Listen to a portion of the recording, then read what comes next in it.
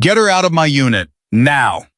Major Jason Walker slammed his fist on the briefing table so hard the coffee cups rattled.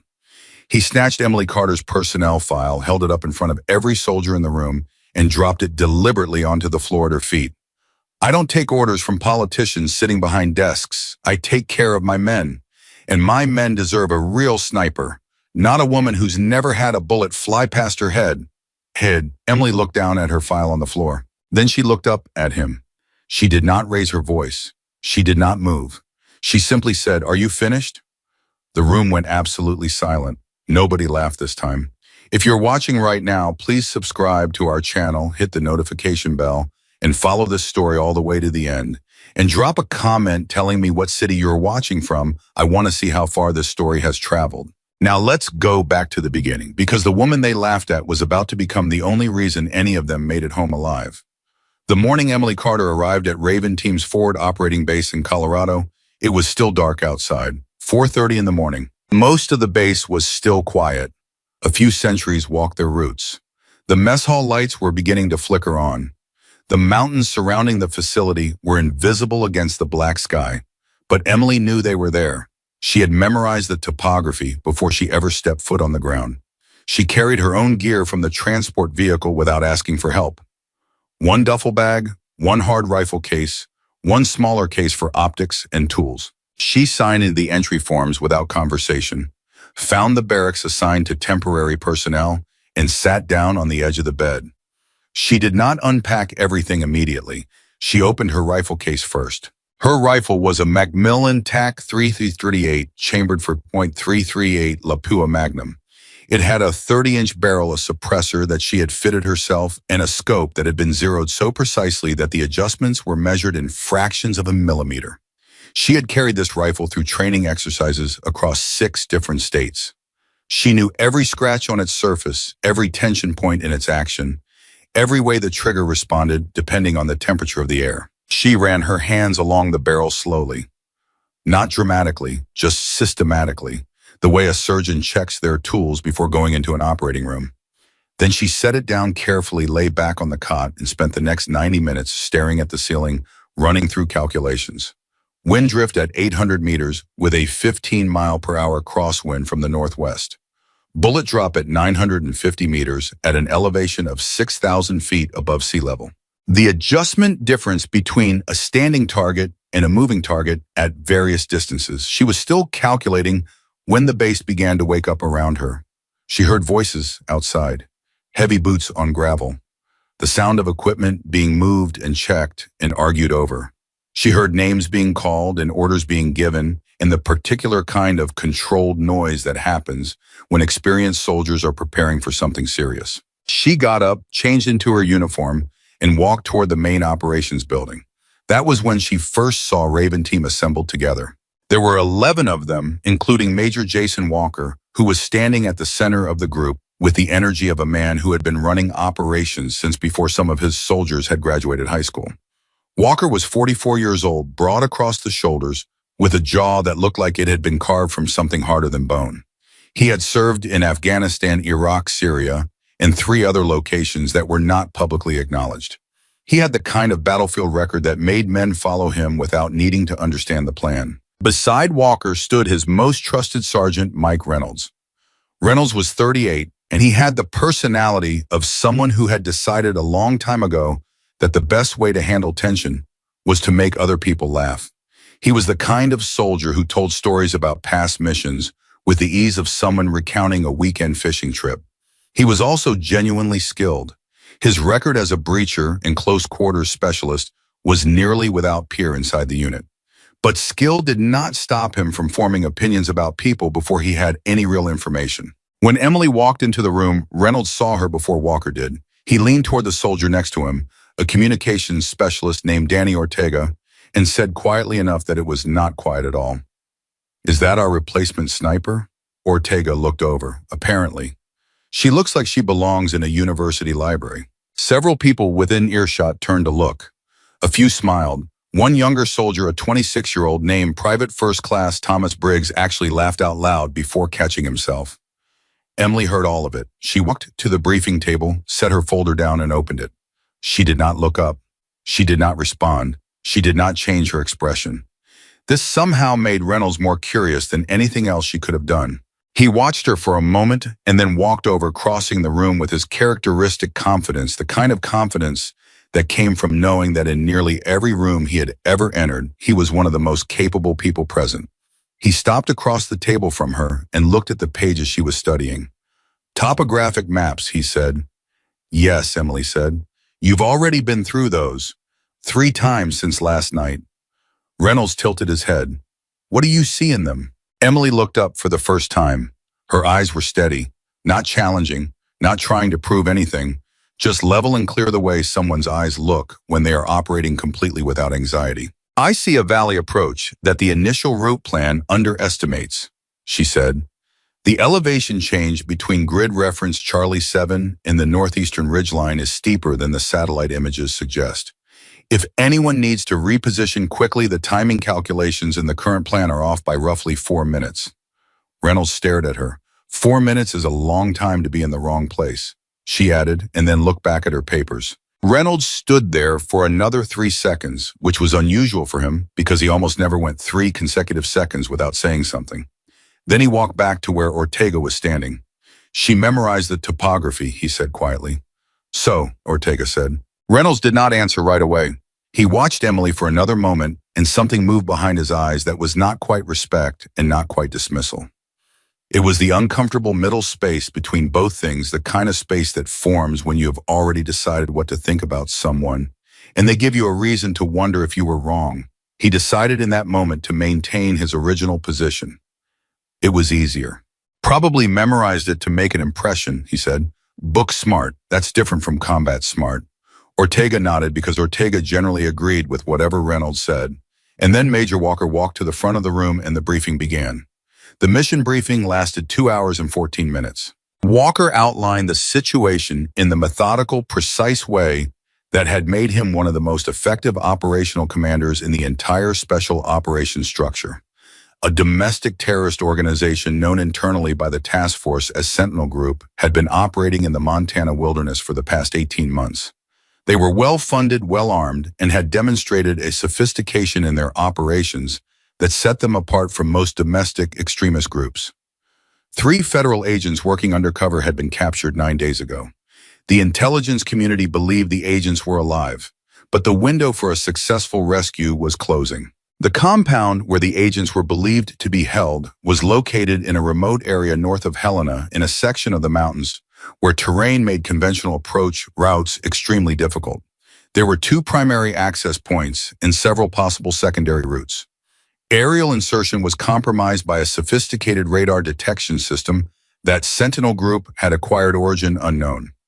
Ground approach was the only viable option. Walker's plan divided the team into 2 elements. The primary assault element would move through the eastern tree line, cross a dry creek bed, and breach the compound from the south. The secondary support element would hold the northern ridge and prevent enemy reinforcement. Emily would operate independently, moving to a high position approximately 900 meters from the compound's central structure, where she would provide overwatch for the entire operation. It was a reasonable plan. It was also built on intelligence that was already becoming outdated. Emily sat in the back of the room through the briefing and said nothing for the first hour and 50 minutes. She wrote notes in small, precise handwriting. She drew her own version of the terrain on a blank page, filling in details that she had derived from combining the official topographic maps with 3 additional satellite image sets that she had requested from the intelligence liaison the previous afternoon. When Walker finally opened the floor for questions, Emily raised her hand. Walker looked at her with the expression of a man who was being polite. "Carter," he said. "The intelligence on enemy personnel numbers," Emily said. "The current estimate is 12 to 15 combatants. That estimate is based on thermal imaging from 6 days ago. Do we have anything more recent?" Walker looked at his intelligence officer, Lieutenant Aaron Marsh. Marsh shifted slightly. "The most recent full scan was 4 days ago. We have partial imagery from 2 days ago, but the coverage was incomplete due to weather." "What did the partial imagery show?" Marsh hesitated. "An increase in vehicular activity." "What kind of vehicles?" 2 additional trucks, cargo configuration." Emily looked down at her notes. Cargo trucks in a remote compound with no known supply shortages. That's either reinforcements or additional equipment. Either way, 12 to 15 is probably low. Walker looked at her with slightly more attention than before. What's your revised estimate? Without additional intelligence, I would plan for 20 to 25 minimum, possibly 30. The room was quiet for a moment. Reynolds spoke from his seat. That's a significant jump from the official assessment. Yes, Emily said simply. What's your basis beyond 2 additional trucks? Emily looked at Reynolds directly. The positioning of those trucks in the partial imagery is deliberate. They're not parked randomly. They're arranged to create additional cover positions along the northern approach. That's a tactical decision, not a logistics one. Someone at that compound was thinking about defense, not supply. Reynolds leaned back in his chair. His expression said that he was not convinced, but that he was also not entirely comfortable with how clearly she had explained her reasoning. Walker tapped the table once with one finger. We'll flag the uncertainty in the operational planning and build in contingency for higher numbers. Anything else, Carter? One more thing, Emily said. The ridgeline I'll be operating from. There's a secondary approach route on the western face that doesn't appear on the primary maps. It shows up in the historical survey data from 12 years ago. If anyone at the compound knows that route exists and decides to use it as a flanking approach, my position becomes exposed from a direction that isn't covered. The room was quiet again. Walker looked at the maps on the board. You're saying someone could get behind you. If they know the terrain well enough, and if they've been operating in this area for 18 months, there's a reasonable chance they do. Walker looked at Marsh again. Marsh looked slightly uncomfortable. We'll note the concern, Walker said. Your primary mission remains Overwatch. We'll have Reynolds' element positioned to respond if your position is compromised. Emily nodded. She did not say that 4 minutes of elevation change made that response timeline insufficient. She had already noted it in her own planning. She would compensate independently. After the briefing ended and the soldiers began moving to their preparation areas, Reynolds walked past Emily's position at the table. He stopped for just a moment without turning to face her fully. The extra trucks, he said. You might be right. You might also be overthinking it. Emily looked up at him. Which would you prefer? Reynolds gave her a look that was not quite a smile and not quite a frown. Then he walked away. Emily returned to her maps. She had 4 hours before the team deployed. She used every minute of it. She rebuilt her wind calculations based on the updated weather data that had come in at 0600. The wind had shifted overnight. The prevailing direction was now coming from the northwest instead of the west, which changed her drift calculations at distances beyond 700 meters. She adjusted her range cards accordingly, recalculating every significant distance in 50-meter increments from 300 out to 1200. She studied the compound layout until she could close her eyes and redraw it from memory. She did this 3 times and then compared her mental image to the actual map, identifying every point where her memory had introduced any variation. There were 2. She fixed them. She ran through decision scenarios. If the primary element was pinned at the creek bed, the highest priority target for elimination was the heavy weapon position on the compound's southern wall. She calculated the firing angle, the exposure window, the likely position of friendly forces relative to the target. If the support element on the northern ridge was compromised, her field of fire from the high position would need to shift. She ran through the angles, identified the 3 most critical threat positions, established a priority sequence. If her own position was flanked via the western approach, she had 2 options. She could relocate to a secondary position she had identified 200 meters to the north, which would cost her roughly 6 minutes of movement time. Or she could hold and engage the flanking element directly, which would require her to operate at much shorter range than her primary mission required. She ran the math on both options under multiple conditions. When the team assembled for final equipment checks 2 hours before departure, Emily was already packed and ready. She stood alone near the equipment staging area, running through her mental checklist one final time. Reynolds walked past her and said to Ortega loudly enough to be heard, "Look at her. Hasn't said 10 words all morning. You think she's nervous." Ortega, to his credit, looked slightly uncomfortable. Maybe she's just focused. Focused, Reynolds repeated like the word was funny, or terrified and too proud to show it. He looked over at Emily as he said it. She met his gaze briefly and then looked away. She was not terrified. She was thinking about the western approach route and calculating whether 6 minutes of relocation time was acceptable given the expected threat timeline. 6 minutes was too long. She would need to hold. She committed to that decision and filed it away. Walker gathered the team for final orders at midnight. He went through each element's movement timeline, communication protocols, and contingency triggers. He was precise and thorough and clearly experienced. Emily listened carefully, not because she needed the repetition, but because she was watching how Walker made decisions in real time, how he prioritized information, how he responded when someone raised a concern versus when someone raised a problem that had no good solution. She was building a model of how he thought, because when things went wrong, which she believed they would, she needed to be able to predict how he would respond before he responded so that her own actions could be timed to support him rather than conflict with him. When Walker finished and asked for final questions, the room was quiet. Emily had no questions. She already knew what she needed to know. She also knew what she suspected but could not yet prove, that the compound they were approaching had more personnel than the official estimate, that the terrain between the team's insertion point and the compound contained at least one prepared ambush position that the intelligence package had not identified, and that when the first shots were fired, the soldiers who had laughed at her this morning would need her more completely than they had ever needed anyone. She picked up her rifle case and walked to the vehicles.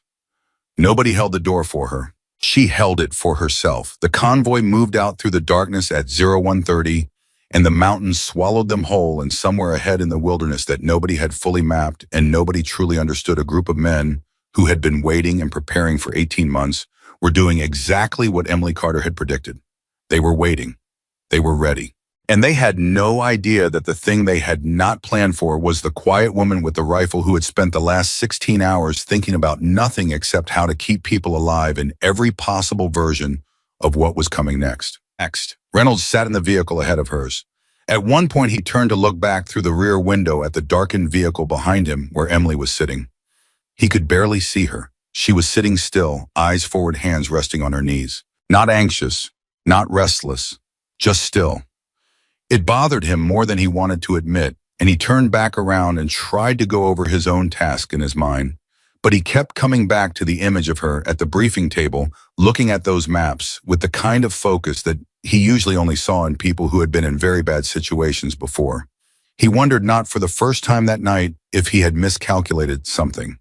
He pushed the thought away. Old habits were hard to give up, and in 4 hours, when the world came apart in the mountains of Montana, he would understand exactly what it cost him to hold on to them. But that was still 4 hours away. For now, the convoy moved through the darkness, and Emily Carter sat in the back of the vehicle and counted the minutes and prepared for everything that was coming. Because she already knew it was coming. She had known since the moment she saw those 2 extra trucks in the partial imagery, and she had been preparing ever since. The convoy stopped 3 miles from the insertion point at 0300. From there, Raven Team moved on foot. Emily moved with them for the first 40 minutes, carrying her full kit through terrain that punished every step. The ground was uneven and steep, and the darkness was the kind of complete darkness that only exists when you are far enough from civilization that no artificial light reaches you at all. She could hear the breathing of the men around her, could hear the careful placement of boots and the occasional soft curse when someone's foot found a loose rock. She counted her own steps without thinking about it. She had been doing it since her first week of training years ago. It was how she maintained her internal map when GPS was unreliable or restricted. Every 100 steps was approximately 70 meters at her current pace on this terrain. She knew exactly where she was at all times without looking at any device. At the 40-minute mark, she peeled away from the main element without announcement. She had already told Walker her separation point. He had acknowledged it during the final pre-mission brief with a single nod. No ceremony, no additional words, which was fine with her. She did not need words. She needed to get to the ridge before first light gave away her movement. Reynolds noticed her leave. He watched her figure disappear between the trees and leaned toward Ortega. There she goes. Probably found a comfortable rock to sit on until we do all the work. Ortega did not laugh this time. He had been quiet since the vehicles. He kept thinking about what she had said during the briefing about the cargo trucks. He kept turning it over in his mind, the way you turn over a stone to see what is underneath it. She knew about the trucks, Ortega said quietly. Lots of people noticed the trucks, Reynolds said. She was the only one who said what it meant. Reynolds did not answer. He adjusted his grip on his rifle and kept moving. Walker, who was 3 positions ahead of both of them, had heard none of this exchange. He was focused on his movement timeline in the communication check that was due in 11 minutes. He was thinking about the creek bed crossing and the noise discipline his team would need to maintain through the open ground on the other side. He was not thinking about Emily Carter. He would be soon enough. Emily reached the base of her ridgeline at 0440. She had 12 minutes before the timeline required her to be in position. She used 8 of them to climb and 4 of them to settle, to press herself into the earth at the top of the ridge and let her breathing slow until it was completely controlled. She did not rush this process. Rushing the settling process was one of the most common mistakes made by snipers operating in high-stress environments. Your body needed time to stop moving before your hands could be trusted to hold still. She set up her rifle with the same systematic care she applied to everything. Bipod extended, stock adjusted to her shoulder geometry, scope covers removed and stored in a specific pocket so she could find them again in total darkness without searching. Range card positioned where she could reference it without shifting her body. She looked through the scope. The compound was 930 meters from her position. In the early pre-dawn darkness, she could see the glow of lights at several points. She counted guard positions. She found 4 immediately. Then a 5th positioned in a spot that was not on any of the intelligence maps. She marked the 5th position on her range card and noted the time, 0457.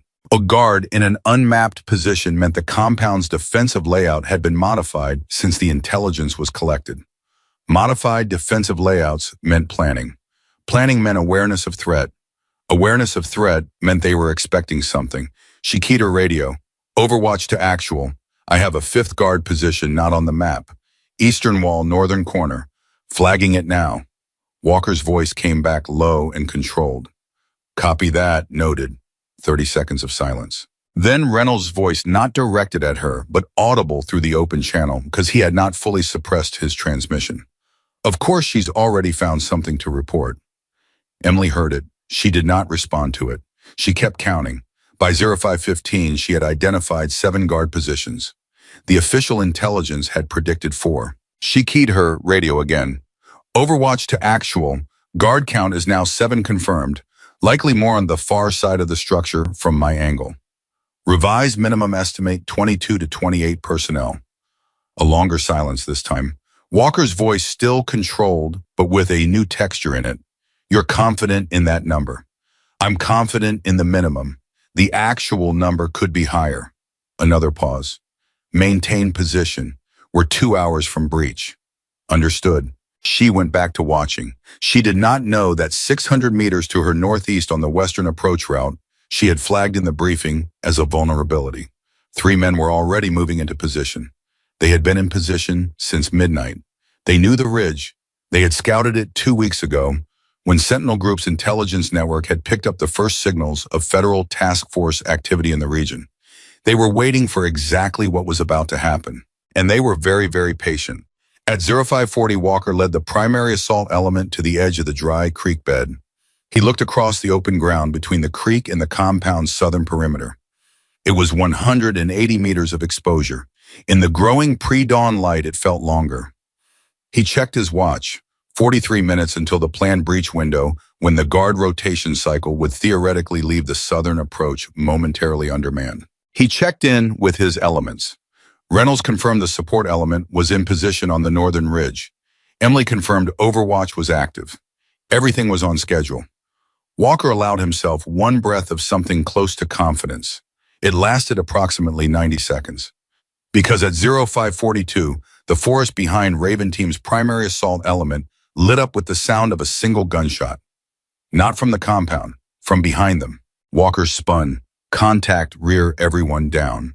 The primary element dropped into whatever cover was available along the creek bank. Walker pressed himself against the frozen earth and tried to locate the source. Whose hit sound off, voices came back fast and ragged. 1, 2, 3, 4, 5, 6, all present. The shot had missed. Warning shot or missed aim, he could not tell yet. Then the forest ahead of them opened up. The compound's southern wall lit up with muzzle flash. Machine gun fire swept across the creek bed in a pattern that was too organized, too pre-positioned to be reactive. These were not guards responding to a surprise. These were shooters who had been waiting, who had pre-sighted their weapons on exactly the terrain where Raven Team was now lying in the dirt. This was not a response. This was an ambush. Walker's voice cut through the radio. All elements, we are in a prepared ambush. I say again, prepared ambush. Northern element hold position. Overwatch, I need enemy positions. Emily was already moving her scope before he finished the transmission. She had been watching the compound's southern wall when the firing started. She had seen the muzzle positions light up. She had already mapped 3 of them by the time Walker called for her report. Overwatch, 3 heavy positions on south wall. Primary threat is the crew-served weapons center of wall elevated platform. I have a firing solution. Take it. She did not hesitate. The shot traveled 930 meters in just over a second. The crew-served weapon went silent. Walker heard it stop, and for a fraction of a second, he registered something he had not expected to feel about Emily Carter. Something close to relief. Then the next problem arrived. Actual, this is Northern Element. Reynolds' voice, and for the first time since Emily had known him, the ease was gone from it. We have contact on our position. Multiple shooters. They came up from the western approach. I'm counting at least 6. Emily's stomach tightened. The western approach. The route she had flagged. The route Walker had noted as a concern and then filed away. How did they know that route? Ortega's voice panicked in the background of Reynolds' transmission. Reynolds sharply, doesn't matter right now. Actual, we need fire support or we need to move. Walker, can you hold? Reynolds a pause that lasted exactly long enough to tell Emily everything she needed to know about how bad the situation was. Was not for long. Emily shifted her scope northeast. She found Reynolds' element quickly. They were pressed behind a rocky outcropping on the northern ridge, taking fire from multiple angles. She could see the incoming fire because of the muzzle flash. She counted positions, 6 shooters as Reynolds had reported, spread in an arc that had been designed specifically to prevent the element from retreating down the ridge the way they had come up. Whoever had designed this ambush had studied the terrain carefully. They had also studied the likely positions that a special operations team would occupy. They had anticipated everything. Everything except the sniper on the opposite ridge who had also studied the terrain. Emily made a rapid calculation. The distance to Reynolds' contact was approximately 620 meters. The angle was steep, nearly 15 degrees of elevation change from her current position. The wind had shifted slightly in the last hour, now coming more directly from the west. She adjusted her scope, held the new wind correction, and began working. First shot. The leftmost shooter in the arc dropped and stopped firing. Second shot. The rightmost shooter. Now the arc had gaps. She heard Reynolds' voice in her earpiece, different now. Not the relaxed, slightly condescending voice from the convoy in the briefing room. Something rawer. They're pulling back. Keep going. Keep going. Third shot. The central position. The shooter there had good cover, but had made the mistake of keeping his head slightly too high after firing. The firing on Reynolds' element dropped from 6 sources to 3 in under 40 seconds. Reynolds, Overwatch, where did those shots come from? Emily, 9 o'clock from your position. Keep your heads down. There are still 3 active. Reynolds was quiet for a moment, then copy. One word, but something in how he said it was different from any word he had directed at her before. 4. Walker's voice cut back in. Primary element is pinned at the creek. I need the southern wall cleared enough to move. Emily, I have 2 remaining positions on the southern wall. Third position is behind the wall itself. I can't get an angle from here. Walker, can you relocate? She looked at the terrain. The secondary position she had identified was 200 meters north. It would give her a partial angle on the third southern position, but it would also take her 6 minutes to reach, and it would expose her during movement to anyone watching the ridge. I can relocate, but I'll be blind for 6 minutes. Your element will have no overwatch during movement. A silence that lasted 3 seconds, which was a long time when people were shooting. Walker, what's your recommendation? Emily had not expected him to ask for her recommendation. In the briefing, he had given her a task and a position and dismissed everything else. Now he was asking, She answered without hesitation. Hold my current position and suppress the remaining southern wall positions, enough to cover your movement to the perimeter. Once you're at the wall, you're inside my minimum angle anyway. At that point, I shift to Reynolds' element full time. Walker, do it. She did it. The next 4 minutes were the most precise 4 minutes of shooting Emily Carter had ever performed under operational conditions. She engaged the remaining southern wall positions in a rhythm that was fast enough to suppress, but controlled enough to preserve her ammunition count. She called Walker's movement across the open ground position by position, telling him when to move and when to hold based on what she was seeing through her scope. She was operating simultaneously as a sniper and as a forward observer and as a communications coordinator, managing 3 separate tasks with the kind of compartmentalized focus that very few people can achieve when their body is flooded with adrenaline. Walker's element reached the southern wall. She heard his voice. We're at the wall, making entry. Then she heard something else, not on the radio, with her actual ears, movement, behind her, from the western approach. She had been waiting for it. She had been waiting for it since the briefing room when she flagged the route, and Walker acknowledged the concern and said Reynolds' element would respond. Reynolds' element was currently pinned on the northern ridge. Nobody was responding to the western approach. She was alone. She did not panic. She had already decided what to do. She had decided in the vehicle on the way out, running through the math, knowing that 6 minutes was too long and that she would have to hold. She had not told Walker because he had not asked, and because telling him would have required her to explain a vulnerability in his plan at a moment when his confidence in the plan mattered more than her reservations about it. She had simply prepared for what she knew was coming. She rolled away from her primary firing position and into the secondary position she had identified on the western side of the ridge. It was not as good for long-range shooting, but it was excellent for what she needed it for right now, which was not long-range. The first man came over the ridge line 30 seconds later. He was not expecting her to be facing him. He was expecting to find a sniper oriented away from him, focused on the compound, completely exposed to a flanking approach. What he found instead was Emily Carter, already looking at him through iron sights at a distance of 40 meters, completely calm. She fired twice. He went down. The second man was smarter. He dropped immediately when he heard the shots and called out to someone she could not yet see. She heard his voice, but not his words. She moved laterally along the ridge to change her position before he could fix her location by sound. She heard him moving. She tracked the sound. She waited. He came up at a point he thought was clear. She was already there. One shot. She moved again immediately, changed position, controlled her breathing, listened. Silence from the western approach. Then Reynolds' voice in her earpiece strained tight. Overwatch, we're getting pushed. Third and fourth shooter are moving to our eastern flank. I need help. Emily looked toward Reynolds' position. She was no longer in her primary overwatch position. The angle to Reynolds' element from where she was now was poor. She needed to move back. But there was at least one more man on the western approach. Possibly more. She made the calculation in approximately 2 seconds. If she moved back to primary position without clearing the western approach, she exposed herself from behind. If she stayed to clear the western approach, Reynolds' element took a flanking attack unprotected. She keyed her radio. Actual, I have at least one active threat on the western approach behind my position. I can either clear it or support northern element. Not both simultaneously. Your call. Walker's voice came back immediately, but there was something in it now that had not been there before the shooting started. Not just urgency, something more careful. The voice of a man who was recalculating the value of the person he was talking to. What's your recommendation, Carter? Again, he asked. Move back to primary and support northern element, she said. I'll suppress the western approach on the way. If there's one more man there moving fast, we'll deny him a clean shot.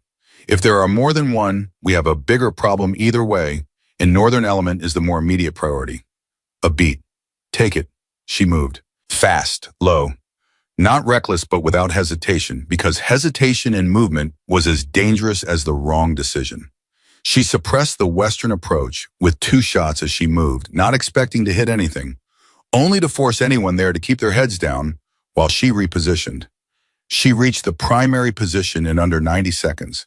She went back to work on Reynolds' eastern flank immediately. By the time the eastern flanking maneuver reached its intended position, Three of the four shooters involved in it were no longer a factor. Reynolds' voice came over the radio, breathing hard. I don't know what just happened, but we're still alive. Emily, you have one remaining threat, 11 o'clock from your position behind the large deadfall. He's stopped moving.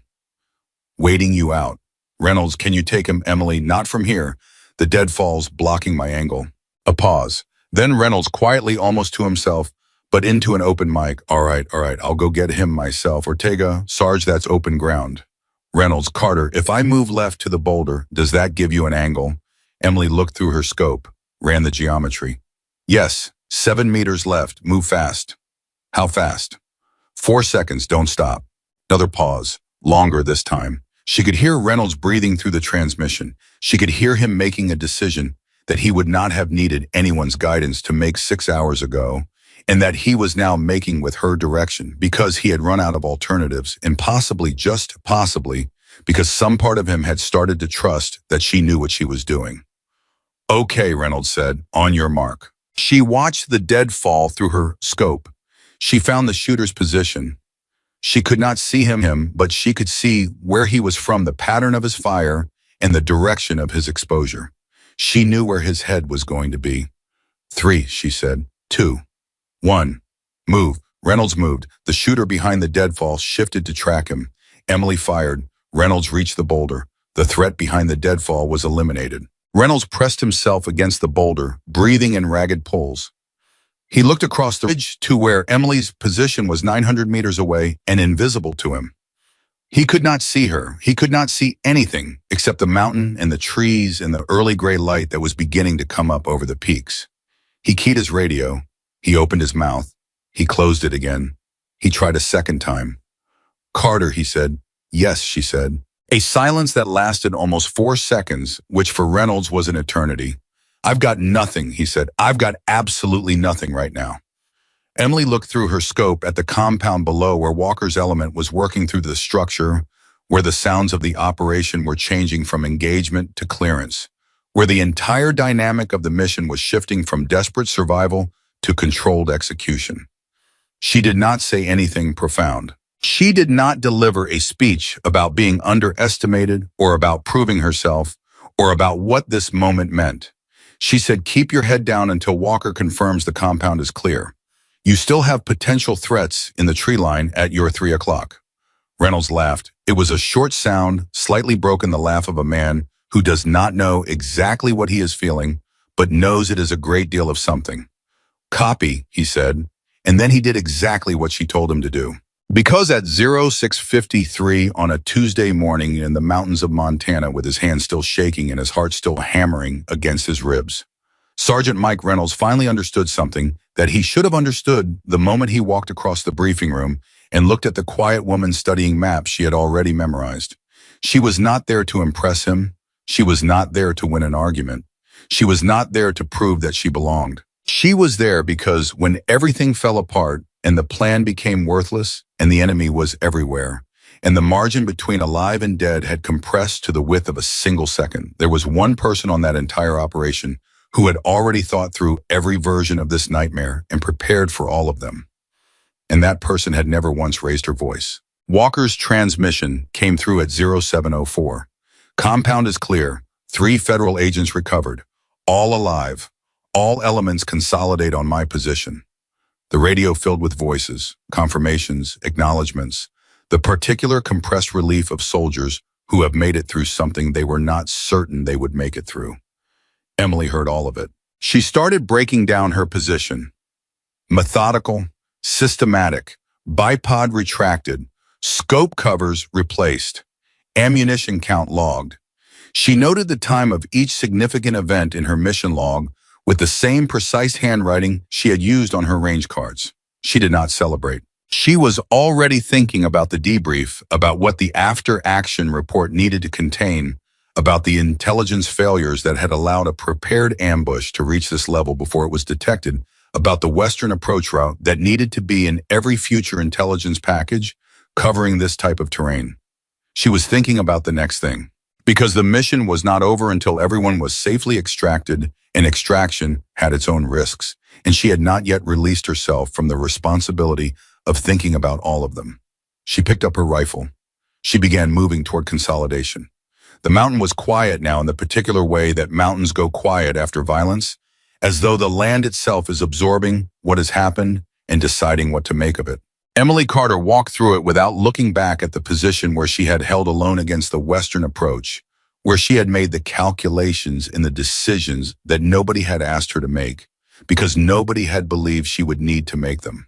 She had known. She had always known. And she had prepared for it anyway. In the silence that everyone around her had mistaken for fear, in the stillness, they had mistaken for absence, in the focus, they had mistaken for nothing at all.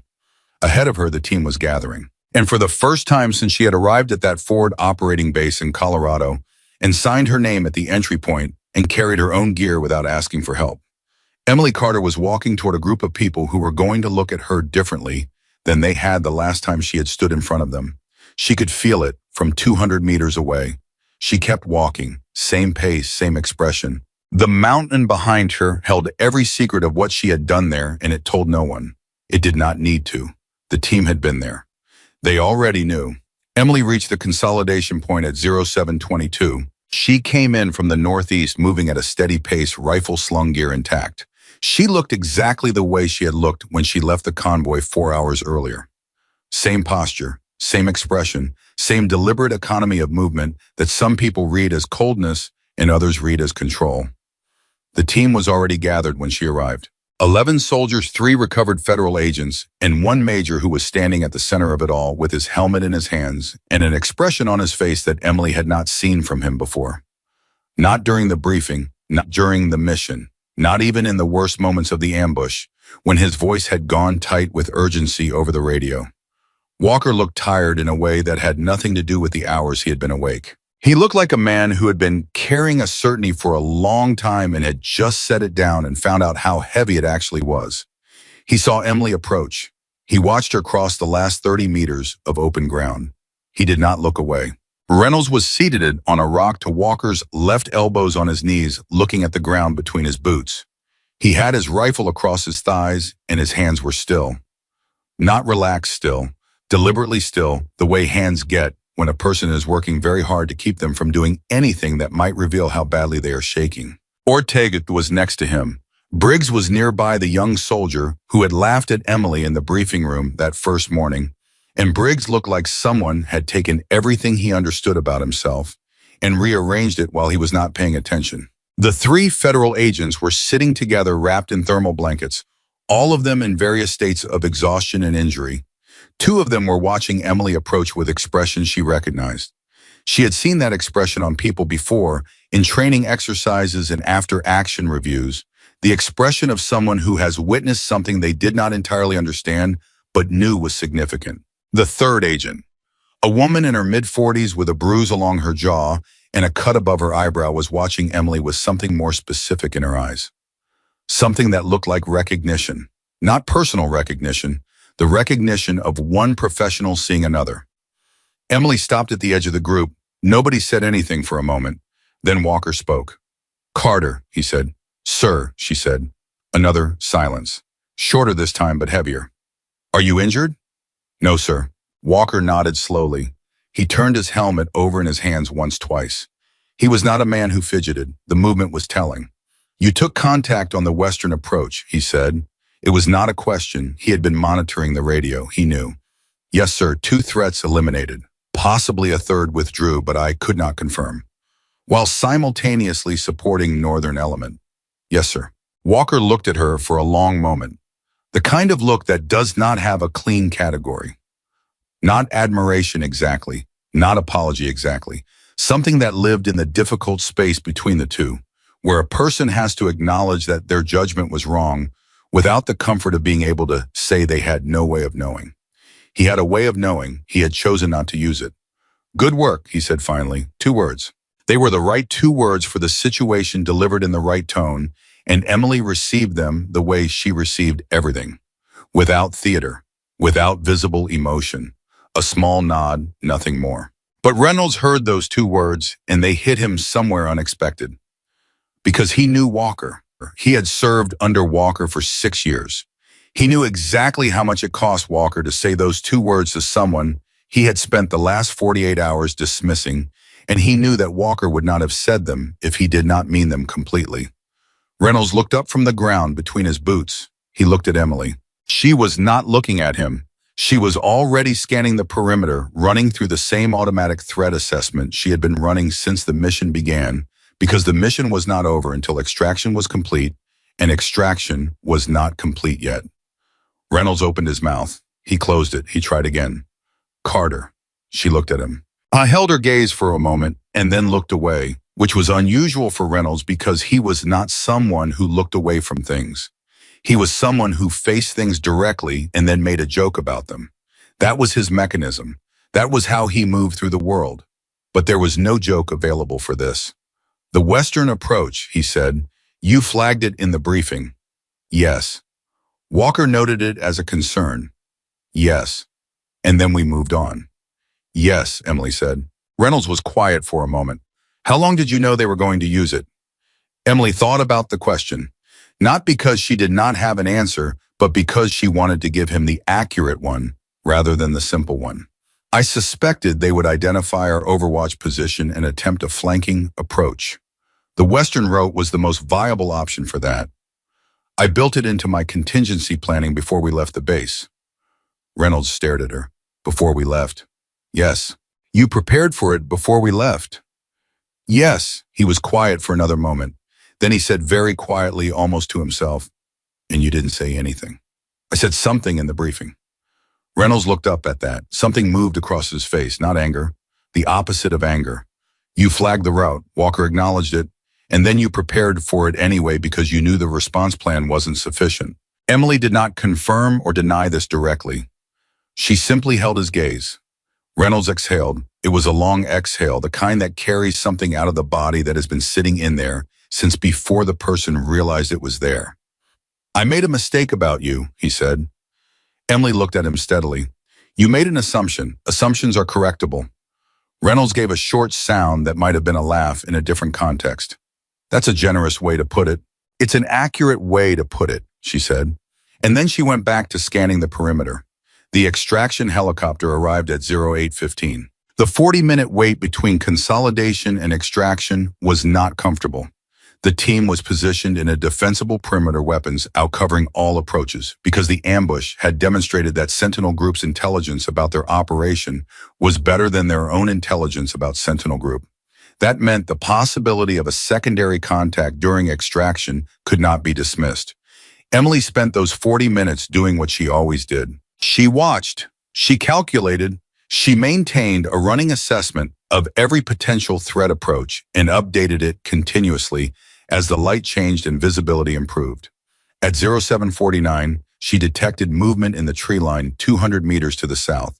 She keyed her question, Overwatch to actual, movement in the southern tree line, could be wildlife, could be personnel, I'm tracking. Walker's response was immediate now in a way it had not been before the mission. How many? Unknown. Movement pattern is inconsistent with animals, but I don't have a visual on the source yet. Recommendation, again. He asked for her recommendation. Maintain position. I'll continue tracking. If it resolves to personnel, I'll call it and take action. Copy. All elements heads up south. The movement continued for 3 minutes. Slow, deliberate. The kind of movement that was trying very hard not to look like movement. Briggs, the youngest soldier, was positioned on the southern edge of the perimeter. He was 26 years old and he had been in the unit for 14 months, and this was his third operational deployment, and he had been fine in all of them. But something about the waiting and the ambush they had just survived and the 40 minutes of not knowing if another wave was coming had gotten inside his head in a way that operational experience alone cannot always prevent. He heard Emily's call about the southern movement and his hands tightened on his rifle. He stared into the tree line. He saw something shift. A branch, a shadow, something. He came up on his radio. Briggs here, I think I see one. Southern tree line slightly east of center. I have a potential target. Emily immediately, Briggs, hold, I don't have a confirmed threat yet. Briggs, I see movement. It's moving toward us. Emily, hold your position. Do not engage without confirmation. A pause. She could hear Briggs breathing on the transmission. Then Walker, Briggs, you heard her. Hold. Briggs, it's still moving. It's getting closer. Emily was watching the same area through her scope. She could see the movement Briggs was describing. She was tracking it carefully, reading it, analyzing it the way she analyzed everything. The pattern of movement, the intervals, the direction changes. Then she saw it clearly for 1 second through a gap in the foliage. All elements stand down, she said firmly. It's a deer, white tail moving east. Not a threat, silence on the radio. Then Briggs exhaling audibly. Copy, standing down. Reynolds from across the perimeter, quiet enough that it was almost private. Kid was about to start a firefight with a deer. Walker dry, it happens, and then something unexpected occurred. Briggs keyed his radio. His voice was different from the tense, compressed voice he had been using for the last hour. It was quieter, more direct. Carter, he said. Yes, Emily said. I laughed at you. First morning, in the briefing room. The radio was quiet. I heard you, Emily said.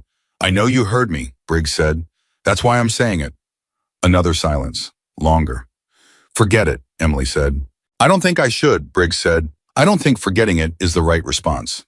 Nobody spoke on the radio for a moment. The kind of silence that happens when something true has been said in a public space, and everyone present is deciding what to do with it. Walker let it sit for 3 seconds and then said, all elements maintain perimeter. Extraction is 12 minutes out. Which was the right thing to say because it gave everyone permission to move forward without requiring anyone to process what Briggs had just done in real time. But the moment stayed.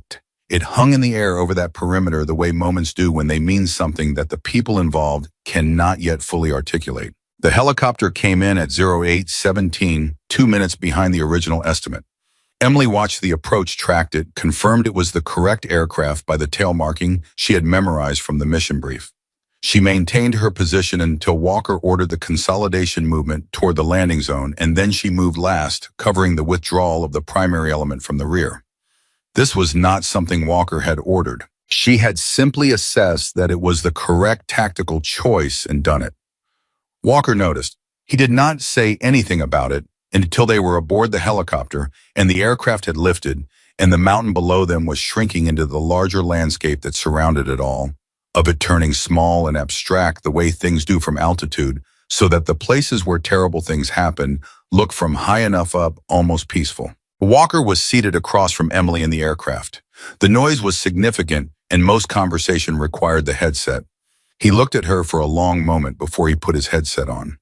He was looking at her the way someone looks at a problem they have been trying to solve and have finally found the correct approach to. Then he put his headset on and looked forward. Emily looked out the window. Below them, the mountain held its secrets. The debrief was conducted at the forward operating base in Colorado, beginning at 1400 hours. Emily had been awake for 34 hours by the time she sat down in the debrief room. She did not look like someone who had been awake for 34 hours. Her posture was the same. Her eyes were the same. The only visible evidence of what she had been through was a small abrasion on her left forearm that she had sustained during her movement on the ridge, and she had cleaned and covered it herself during the helicopter ride. The intelligence officer, Lieutenant Marsh, was present. The base commander, a colonel named Gregory Hess, who had been monitoring the operation from the operations center, was present. Walker was present. Reynolds, Ortega, and Briggs were present as the representative members of the team. The 3 federal agents had been taken to a medical facility for evaluation. The agent with the bruised jaw had asked before she was transported to know the name of the Overwatch sniper. A medic had told her. She had nodded once and said nothing else. But she had filed the name away with the precision of someone who understood exactly what names are worth when they belong to people who have done what Emily Carter had done. Colonel Hess opened the debrief. I went through the operational timeline in order: insertion, movement, engagement, resolution, extraction. He was thorough and methodical in the way that senior officers are methodical, covering each phase with the kind of structured attention that is designed to extract lessons rather than assign blame, though in practice. The two things are often uncomfortably close to each other. When he reached the phase covering the ambush and the initial engagement, he looked at Lieutenant Marsh. The intelligence estimate was 12 to 15 personnel, Hess said. Actual count during the engagement was estimated at how many? Marsh shifted. Based on the engagement data and the post-action sweep, we're estimating between 24 and 28. That's nearly double the official estimate. Yes, sir. Hess looked at his notes, and the Overwatch element flagged a revised estimate during the pre-mission brief. Yes, sir. Captain Carter raised a concern about the cargo truck imagery and suggested a revised minimum of 20 to 25. Hess looked up at Emily. What was your basis for that assessment, Captain? Emily described the vehicle positioning analysis she had conducted, the tactical arrangement rather than logistical arrangement, the implications of pre-positioned cover. She spoke clearly and without editorializing, presenting her reasoning the way she presented everything as a sequence of observations leading to a conclusion with the confidence of someone who has done this particular kind of thinking so many times that it no longer requires effort. Hess listened without interrupting. When she finished, he looked at Marsh again. Why wasn't this assessment incorporated into the official estimate? Marsh took a breath. It was logged as a field observation, sir. The formal intelligence assessment was based on established methodology and the available imagery data. A field observation that turned out to be more accurate than the formal assessment. Yes, sir. Hess made a note. He did not say anything further on the point, but the note itself was a statement. Everyone in the room understood what it meant. The intelligence process had failed. A 29-year-old sniper studying the same imagery had produced a more accurate assessment than the official intelligence apparatus. That fact was going into the record. Walker, who had been listening without speaking, leaned forward slightly. Colonel, if I may. Hess, go ahead, Major. Walker, the Western approach route. Captain Carter flagged it as a vulnerability in the pre-mission brief. The response plan was inadequate. That's on me. The room was quiet. Hess looked at Walker with the evaluating expression of a man who has seen officers avoid accountability for most of his career and knows the difference between genuine acknowledgement and performance. What he saw in Walker's face was not performance. Noted, Hess said. What would you do differently? Walker, I would have assigned a dedicated element to that approach. Or I would have positioned Overwatch further west to give Carter coverage of both the primary target area and her own position. I made an assumption about the threat level on a route that a subordinate explicitly flagged. That assumption was incorrect, and it put a soldier in an unsupported position during a direct contact event. Another silence. Reynolds was looking at Walker. He had served under Walker for 6 years, and he had seen Walker own mistakes before because Walker was that kind of commander, but he had never seen Walker own one this specifically or this completely in front of this many people. Something shifted in the room. Not dramatically, not with any visible external change, but the weight of the air changed slightly, the way it changes when something true and significant has been acknowledged in a space where the people present were all in various ways complicit in the thing being acknowledged. Hess made another note. Then he looked at Emily. Captain Carter, the contact on the Western approach. Talk me through your decision to engage rather than withdraw. Emily spoke for 4 minutes without stopping, covering every decision she had made, from the moment she detected the movement on the Western approach to the moment she returned to primary Overwatch position. She covered the threat assessment, the options analysis, the timing calculations, the firing sequence, the repositioning, and the return to supporting Reynolds element. She covered it the way she covered everything. Precisely, without embellishment, without anything that was not directly relevant to the sequence of events and the reasoning behind each decision. When she finished, the room was very quiet. Hess set his pen down. He looked at Emily for a long moment. He was 61 years old, and he had been doing this work in various forms for 38 years, and he had sat in a great many debrief rooms listening to a great many soldiers describe their actions under fire. Captain, he said. Sir, she said, how did you know they were going to use that approach? I didn't know, Emily said. I assessed it as the highest probability flanking route available to a force that had identified the Overwatch position. I prepared for it accordingly. You prepared for a threat that wasn't in the intelligence package? Yes, sir. On your own initiative? Yes, sir. Without informing Major Walker of your preparation? A brief pause.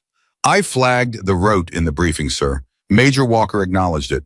I made an independent assessment that my contingency planning was more robust than the response plan assigned to that route, and I prepared accordingly.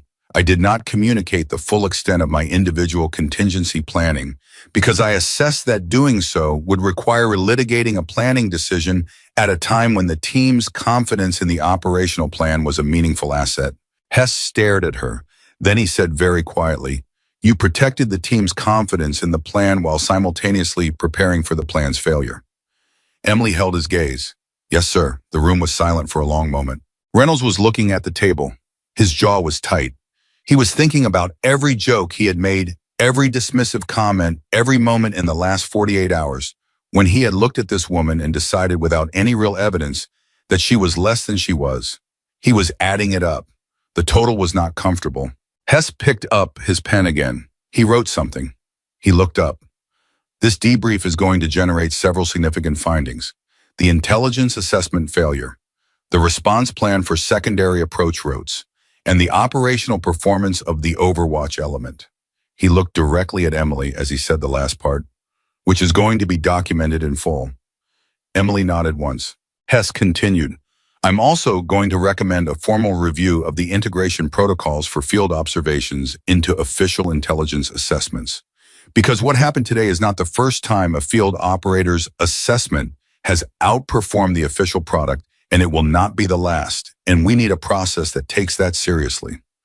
He looked at Marsh when he said that last part. Marsh nodded, looking like a man who had just been handed a very specific and very deserved piece of institutional accountability. The debrief continued for another 90 minutes. When it ended and the room was clearing, Reynolds crossed to where Emily was gathering her notes. He stopped beside her. He did not make a joke. He did not frame what he was about to say in any kind of familiar, casual language that would have made it easier to say. He just said it. I thought your silence meant you had nothing to say. I was completely wrong about that. Emily looked at him. Most people make that mistake. How long have most people been making it? She thought about it. Since I was about 12 years old. Reynolds looked at her. And you never felt the need to correct them. Correcting people who've made up their minds is a waste of time, Emily said. Actions are more efficient. Reynolds was quiet for a moment. Then, is that something you decided or something you learned? Emily picked up her folder. She looked at Reynolds one more time with those level, clear eyes that had been reading terrain and threat and human behavior with equal facility since before she ever picked up a rifle. Both, she said, and she walked out of the room. Reynolds stood there for a moment after she left. Walker came up beside him. Both men looked at the door she had just walked through. 6 years, Reynolds said. What? Walker said. 6 years I've been in this unit. I thought I could read people. Walker was quiet. She walked in that first morning, Reynolds said, and I saw exactly what I expected to see. I didn't look any harder than that. Walker put his helmet under his arm. Neither did I. They stood there for another moment. Then Walker said, she's going to be the best operator in this unit inside of 6 months. Reynolds looked at him. She already is. Walker nodded slowly. He did not argue with that. He picked up his gear and walked toward the door. Reynolds followed. The debrief room was empty now. The table had folders and coffee cups and the particular scattered evidence of a long conversation about a difficult thing. The afternoon light was coming through the window. Outside, Emily Carter was walking toward the barracks alone. She was not thinking about the debrief. She was not thinking about Reynolds or Walker or the federal agents or the mountain or the men who had tried to flank her position in the dark. She was thinking about the intelligence failure and the specific gap in the imagery coverage that had allowed Sentinel Group's reinforcement to go undetected. She was building a mental model of how that gap had occurred and what different imagery tasking would have caught it, and how a field operator could flag that kind of coverage gap proactively rather than discovering it when the rounds were already flying. She was thinking about the next problem. Because for Emily Carter, the end of one mission was simply the beginning of the preparation for the next one. That was the only way she knew how to live inside this work. Not celebrating what had happened, not processing the recognition she had received or the apologies that had been offered, or the particular weight of being seen finally and completely after years of being looked at without being seen. Those things existed. She felt them. She was not without emotion about any of it. But emotion was something she processed in the quiet spaces in the moments before sleep or the long stretches of calculated waiting that her work required. It was not something she carried into the operational space because the operational space had no room for anything that was not directly relevant to the problem at hand. And there was always another problem at hand. She reached the barracks. She pushed open the door. She set her rifle case down on the cot exactly as she had set it down 24 hours earlier when she first arrived at this base. She opened it. She ran her hands along the rifle, checking, systematic, the way a surgeon checks their tools after an operation before they are sterilized and put away, because the checking is not just maintenance. It is the completion of the process.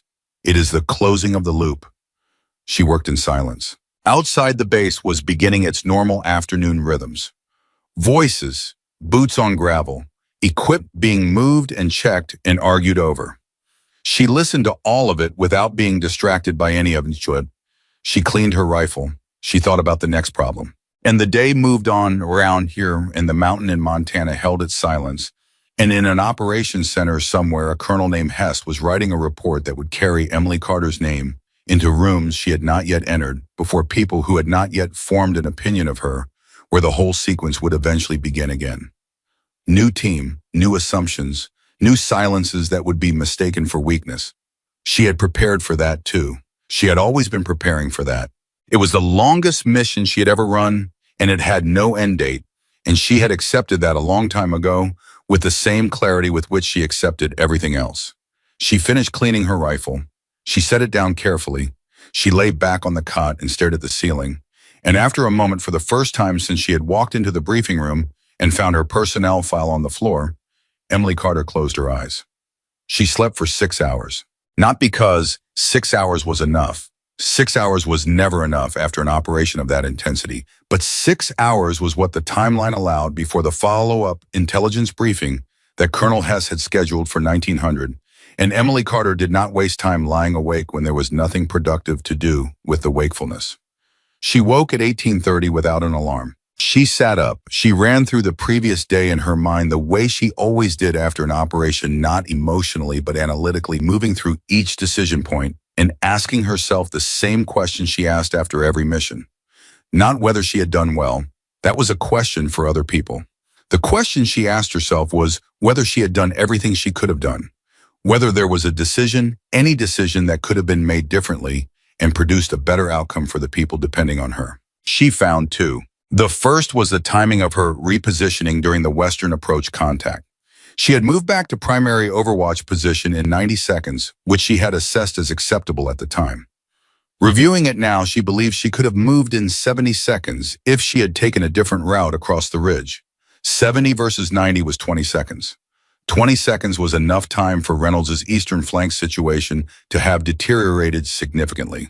It had not deteriorated, but it could have. She noted it. The second was the deer.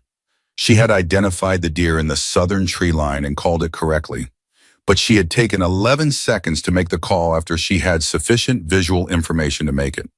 11 seconds during which Briggs was one moment of bad judgment away from firing into empty forest and potentially revealing the perimeter's position and inviting a response. She had been 11 seconds too slow. She noted that too. Other people would have looked at that mission and seen nothing but success. 11 soldiers and 3 federal agents extracted alive from a prepared ambush against a force nearly double the expected size. All objectives achieved. 0 friendly casualties. Emily looked at the same mission and found 2 improvements. That was not perfectionism. That was how she stayed alive. She checked her rifle and walked to the intelligence briefing. The room was different at 1900 than it had been at 1400. Smaller group. Walker was there. Marsh was there. A new face, a senior intelligence analyst named Dr. Patricia Ewan, who had flown in from the regional task force headquarters that afternoon, specifically because of the debrief findings. Where Ewan was 53 years old, compact with reading glasses pushed up on her head, and a legal pad covered in writing that she had clearly been working on since she landed. She looked at Emily when Emily walked in with the particular attention of someone who has been reading about a person and is now measuring the reality against the description. Whatever she saw, she did not share her assessment immediately. She waited until everyone was seated. Then she opened, without preamble. The imagery gap that allowed Sentinel Group's reinforcement to go undetected was not an accident. The room went very still, Walker explained. Ewan set her legal pad on the table and folded her hands over it. The partial imagery from 2 days before the mission showed incomplete coverage due to weather. That was accurate. The weather conditions were genuine, but the pattern of cloud cover over the specific sector containing the compound was inconsistent with the broader regional weather system. Marsh frowned. Inconsistent? How? The cloud coverage was too localized, too precisely positioned over the one area where we most needed clear imagery. Ewan paused.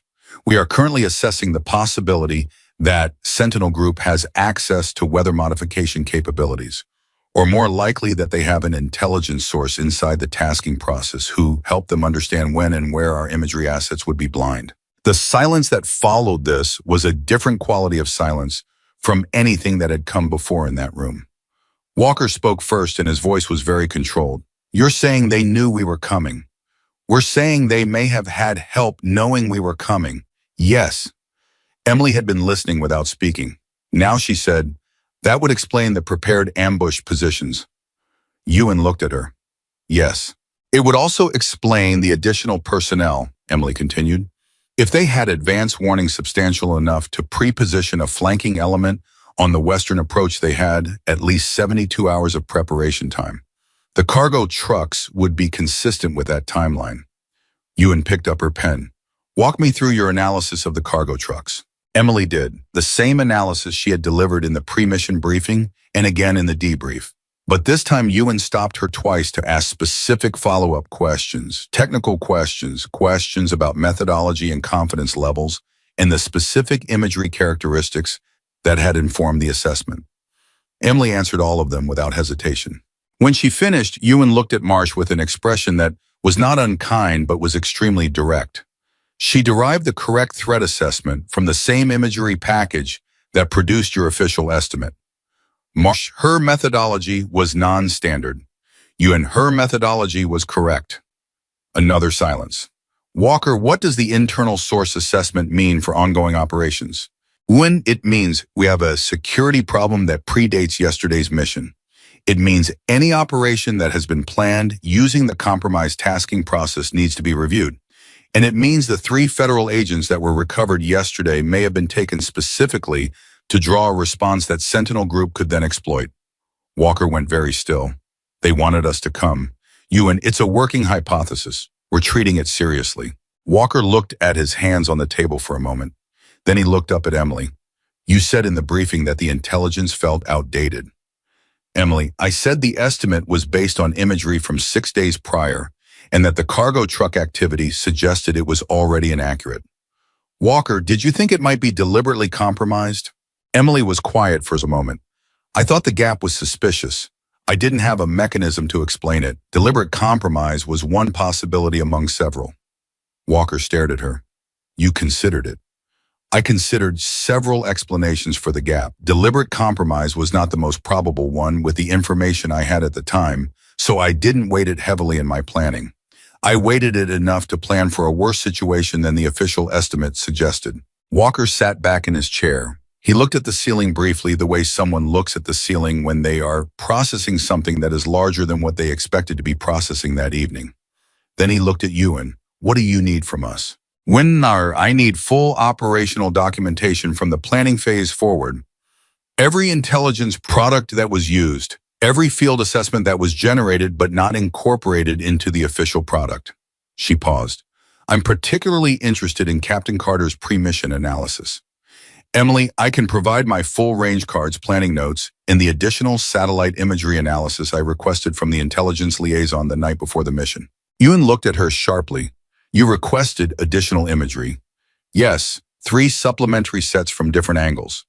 The standard package only covered the primary approach corridors. Marsh quietly, that request came through my office. Ewan looked at Marsh. Did you review the supplementary imagery, Marsh? It was logged as a field request. Standard procedure is to provide the requested materials without formal analysis, unless the requesting officer flags a specific concern. Captain Carter's assessment of the cargo trucks was based in part on the supplementary imagery, Marsh. I wasn't aware of that connection. Ewan set her pen down and looked at Marsh with an expression that required no elaboration. Marsh looked at the table. Emily said nothing. She had no interest in Marsh's discomfort. She was thinking about the internal source hypothesis and what it meant for the 3 recovered federal agents who were currently in a medical facility that had been secured under standard protocols. Protocols that might be compromised if the source assessment was correct. She said, the agents, their current location, who has access to that information? Ewan looked at her immediately. Why? If Sentinel Group has an internal source and the agents were taken specifically to trigger a response, the operation is not over when we extract them. The operation is over when Sentinel Group can no longer benefit from them. Knowing their current location gives Sentinel Group options. The room was very quiet. Walker, the medical facility is secured. Emily, under what classification level? Walker looked at Marsh. Marsh looked at his notes. He found the information. He looked up. His expression said everything before his words did. Ewan was already reaching for her phone. She stepped out of the room. Walker looked at Emily for a long moment. How long have you been thinking about that? Since the debrief this afternoon when the vehicle activity was discussed. An operation designed to draw a response is designed to continue beyond the initial contact. Extracting the targets doesn't end it. It changes the phase. Walker, you should have raised it this afternoon. Emily, I raised the vehicle analysis and its implications in the pre-mission briefing, and it was logged as a field observation. I raised the guard count discrepancy, and it was noted as a concern. I flagged the Western approach route, and it was acknowledged and assigned an inadequate response. She paused, not for effect. She paused because she was choosing her words with care. I have a record of raising concerns through formal channels in this Operation Major. The record is complete. The outcomes are documented. The silence that followed was the most complete silence the room had produced.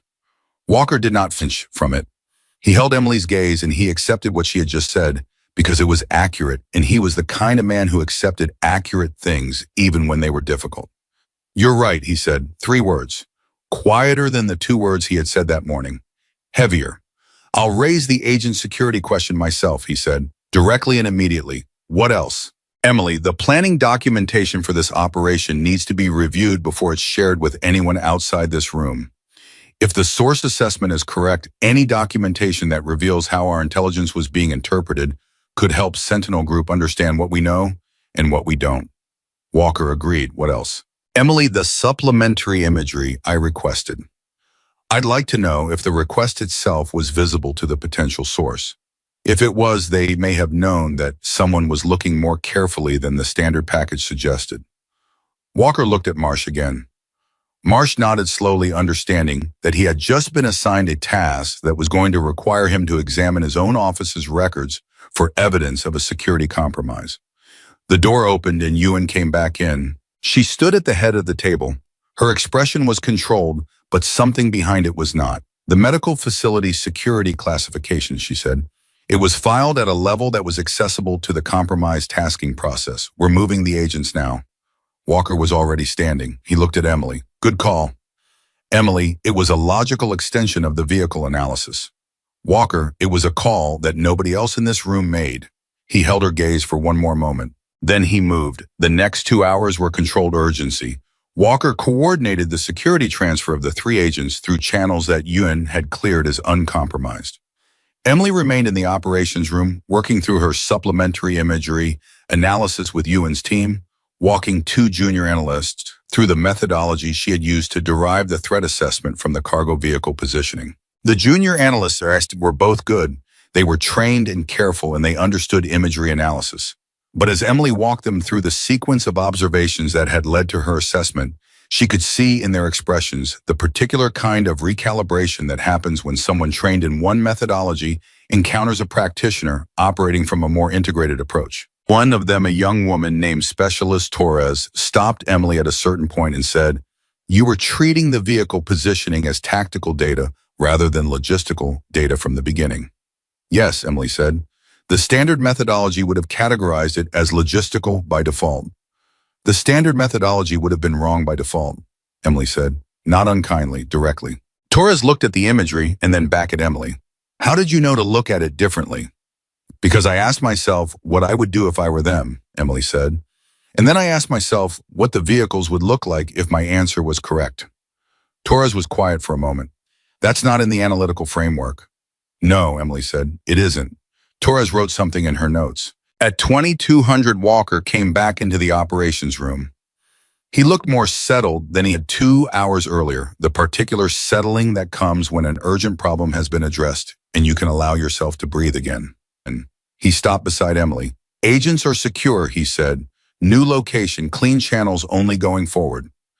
Emily nodded. Walker Yuan's team is going to need you for the next 3 days. Full intelligence review. You're the only one who can walk them through what your analysis was picking up that the official product missed. Emily understood. Walker stood beside her for a moment without speaking. She kept working, marking reference points on the imagery spread across the table in front of her. He watched her work. He watched the way her hands moved across the materials, quick and certain, the way her eyes tracked between different elements of the imagery and integrated them into a picture that she was building and rebuilding continuously. I had been a soldier for 15 years. He had worked with hundreds of people in operational environments. He could recognize capability the way some people recognize music, not just by its technical components, but by its overall shape, by the feeling it produced when you were in the same room with it. He had recognized Emily Carter's capability on the mountain when he had no choice but to recognize it. He was recognizing it now in a quieter register, standing in an operations room at 10 o'clock at night, watching her work through intelligence materials with the same focused precision she had applied to everything else. He had wasted 2 days not recognizing it. Carter, he said. She looked up. I owe you an apology that I haven't given you correctly yet. Emily set her pen down. She gave him her full attention. Walker, in the briefing room. When I read your file and made my judgment, everything that followed from that, the way my team treated you, the response plan for the Western approach, he paused. I set the tone. Everything that came after that was downstream of the tone I set.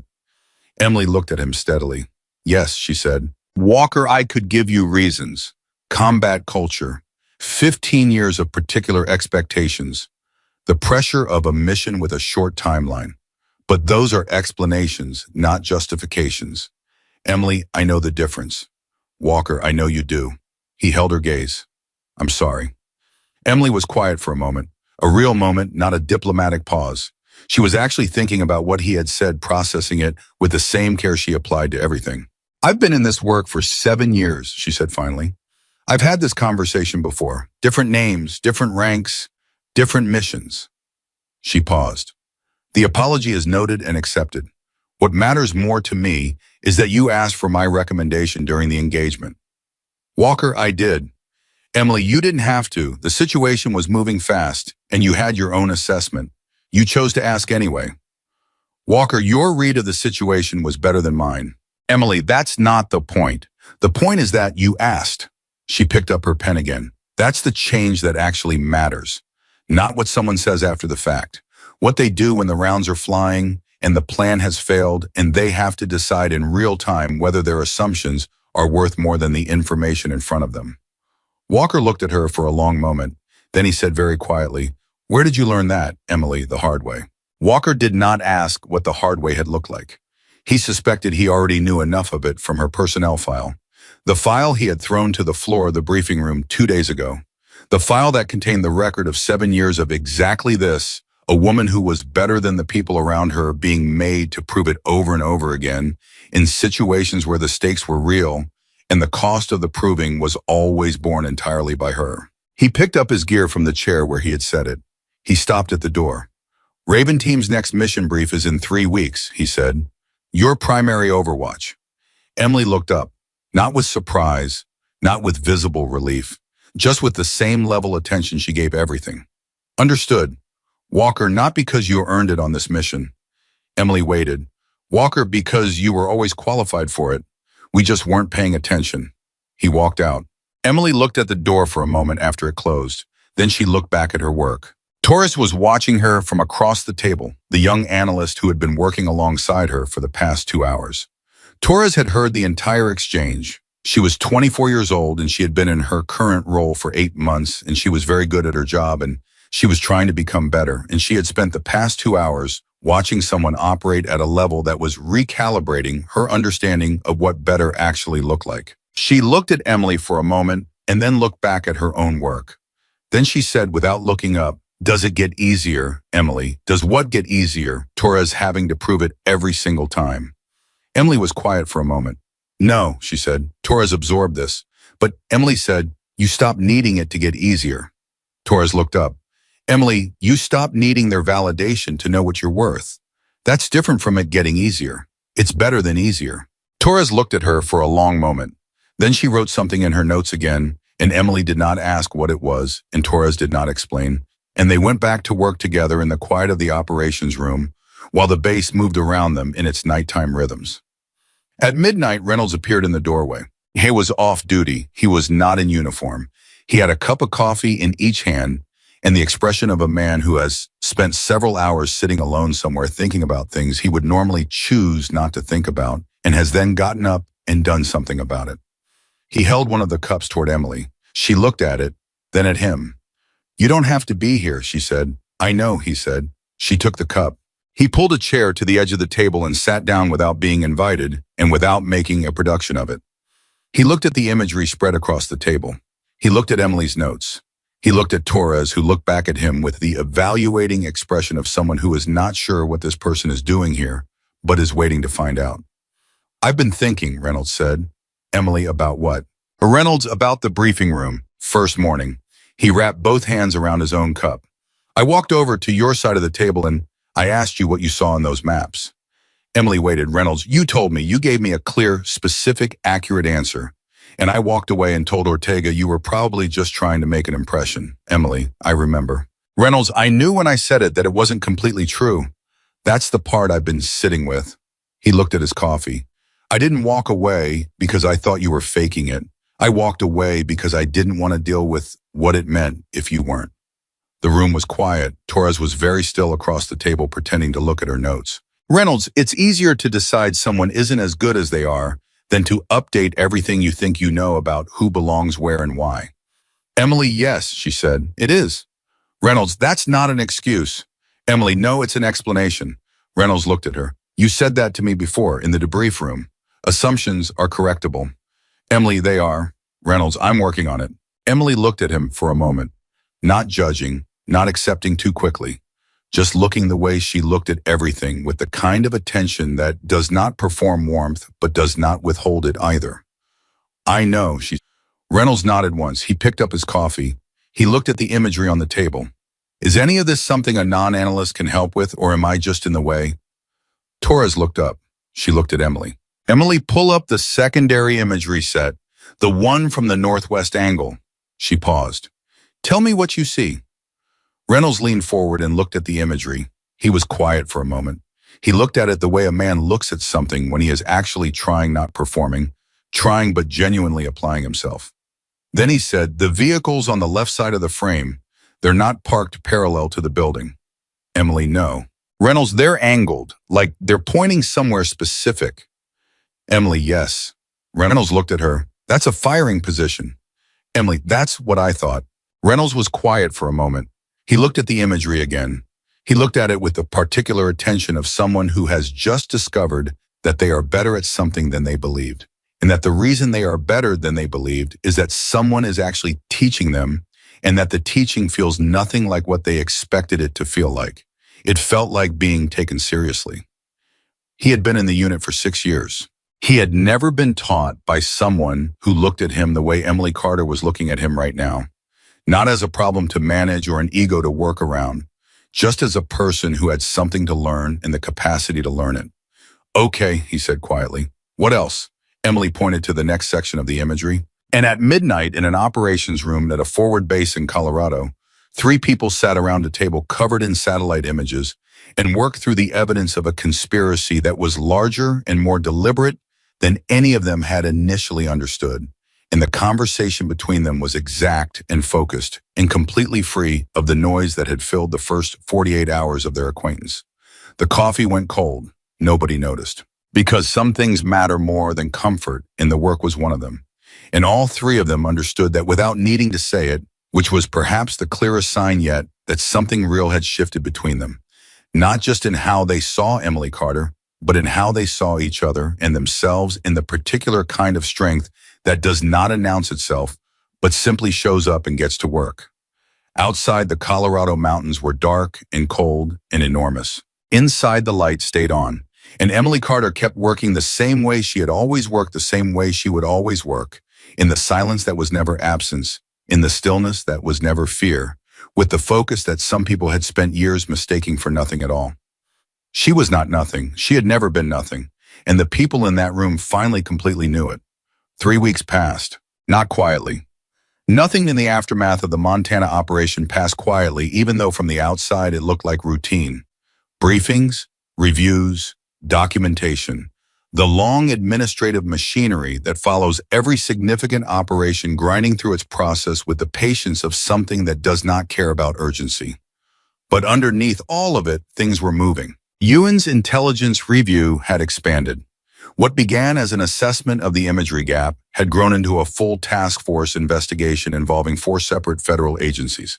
The internal source hypothesis had hardened into something closer to a working conclusion. Someone inside the intelligence tasking process had been feeding information to Sentinel Group. Not casually, not accidentally, with precision and deliberate intent over a period of at least 14 months. 14 months of compromise operations. 14 months of adjusted ambushes in prepared positions and encounters that had felt slightly wrong in ways that nobody had been able to fully explain until now. Emily knew all of this because Ewan had kept her in the loop, which was itself a significant change from how field operators were typically treated during intelligence reviews.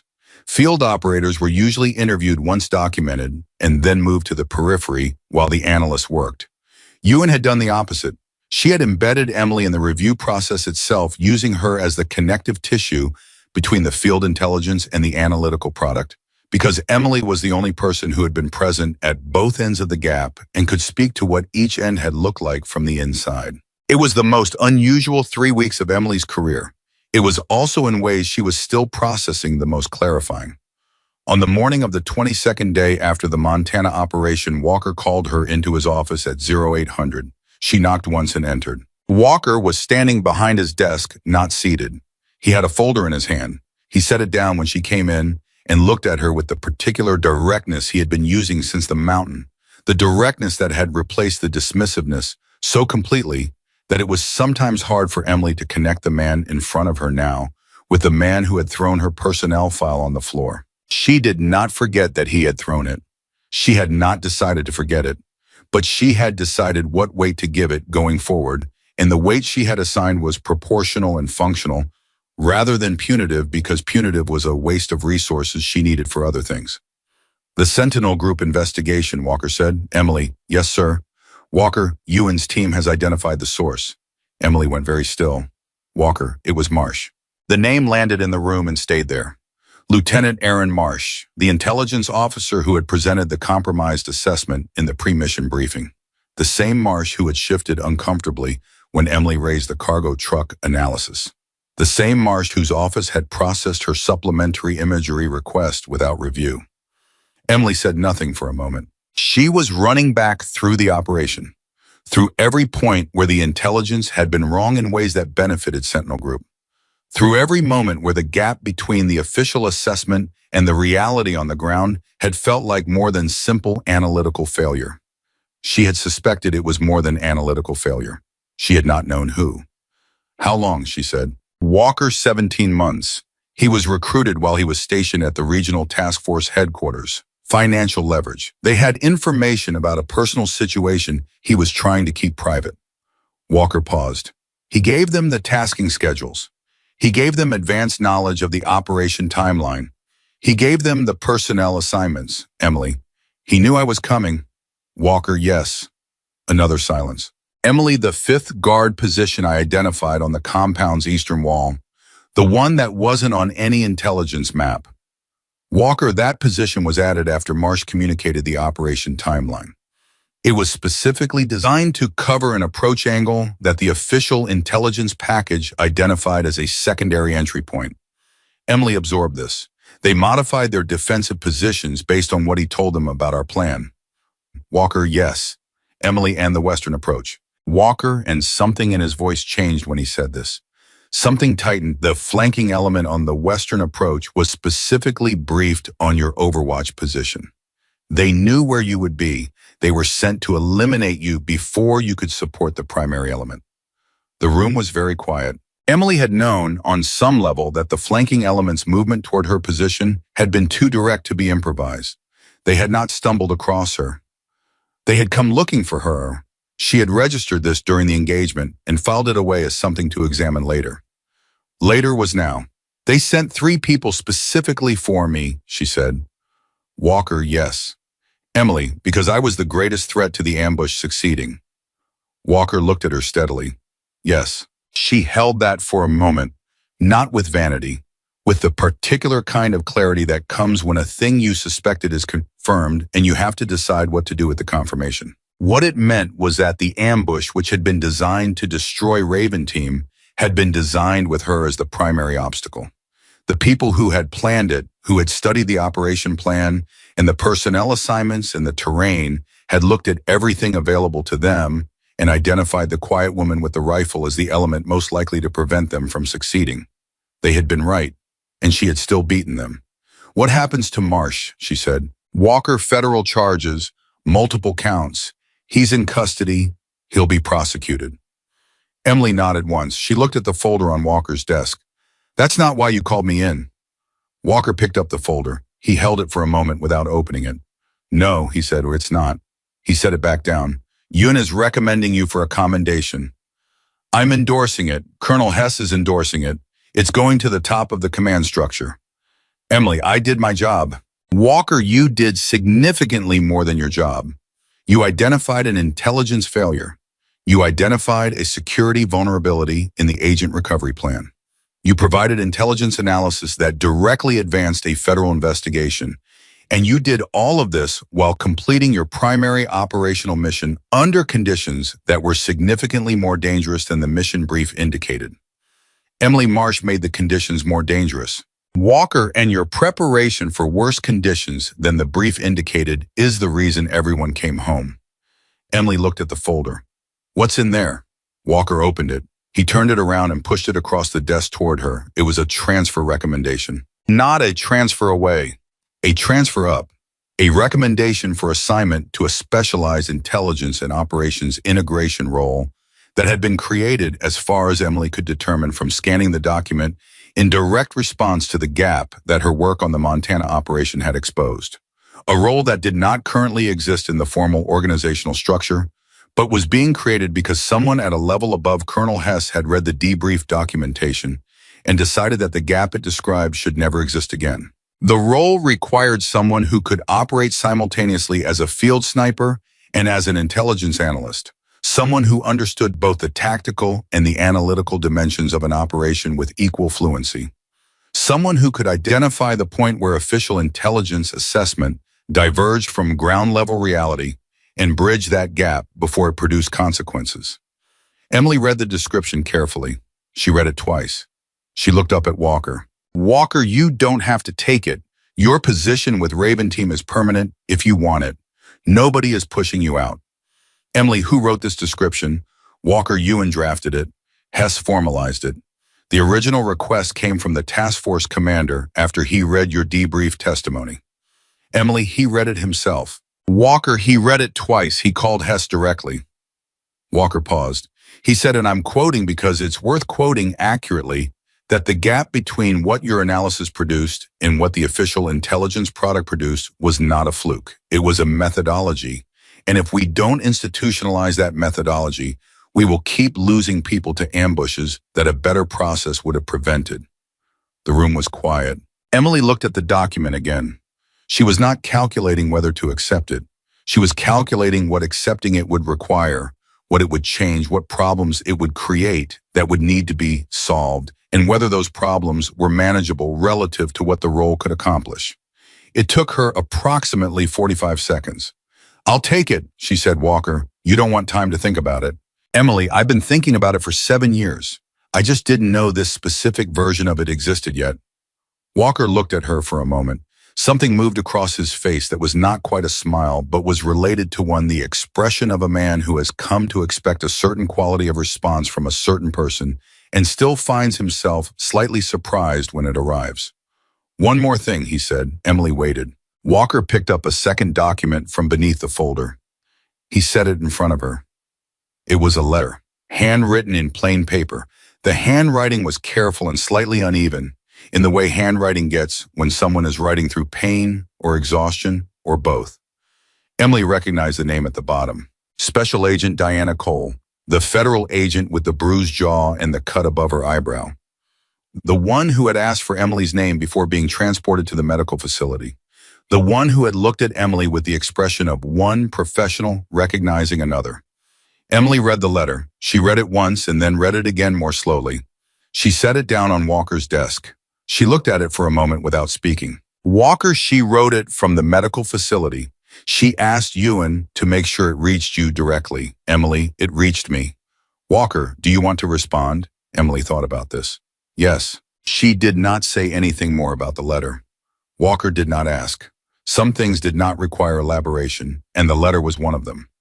What was in it was between Emily and the woman who had written it, and what it contained was something that Emily had received before in her career and had never quite found the right response to, because the right response required a kind of openness that her operational life did not often create space for. She would find the space. She would write back. She picked up the transfer document in the letter and walked out of Walker's office. Reynolds was in the hallway outside. He had clearly been there for a few minutes. He was standing against the wall with his arms crossed and the look of someone who is pretending to be casually present in a location where nothing interesting is happening, which was a look Reynolds had never in his life successfully pulled off. Emily stopped when she saw him. Reynolds, how'd it go? Emily, you know about the transfer. Reynolds, Walker might have mentioned something. Emily and Reynolds uncrossed his arms. He looked at her directly, no evasion, no deflection, no joke waiting in reserve. I think it's right. I think it's exactly right. I think they're building something around you that should have been built years ago. He paused.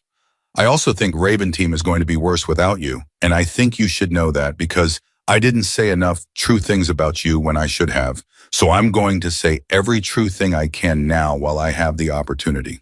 Emily looked at him. Reynolds Carter. Emily, you taught me something too. Reynolds, I doubt that. Emily, you showed me what it looks like when someone is willing to change their mind in real time. Under fire, when every instinct they have is telling them to hold on to what they already believe. She paused. That's not easy. Most people can't do it. Reynolds was quiet for a moment. He looked at the floor and then back at her. I almost didn't. There were 3 separate moments during the mission where I almost dismissed what you were telling me, Emily, but you didn't. Reynolds, no, but almost is still almost. Emily, almost means you were fighting it. Fighting it and choosing differently anyway is what matters. Reynolds stared at her. You always do that. Emily, do what? Reynolds, find the most accurate version of the generous interpretation.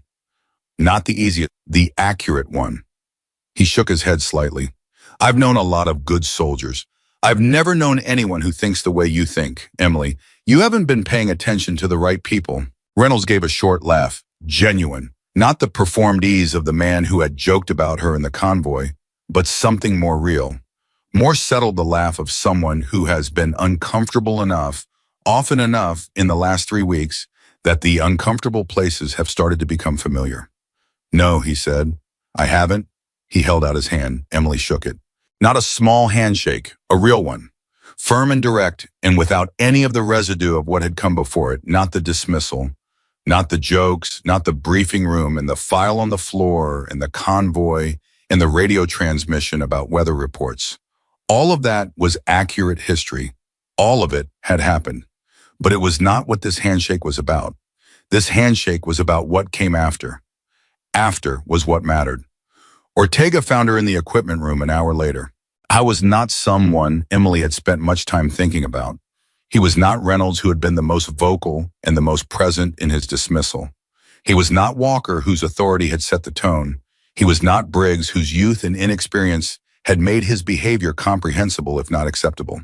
Ortega was the person who had gone along, who had agreed with Reynolds when Reynolds said she was probably faking, who had laughed at the jokes without making them, who had been present for every moment of the dismissal and had participated without ever being the loudest voice. He stood in the doorway of the equipment room and watched her for a moment before she acknowledged him. Then she looked up. Ortega, I've been trying to find the right moment to talk to you for 3 weeks. Emily, this is the moment. He came in. He did not stand too close. He stood at a distance that was respectful of the fact that he had not yet earned familiarity. And Emily noticed this and noted it as a sign that he understood something about what he was doing here. Ortega, I didn't make the jokes. I want you to know I know that doesn't mean much. Emily, why doesn't it mean much?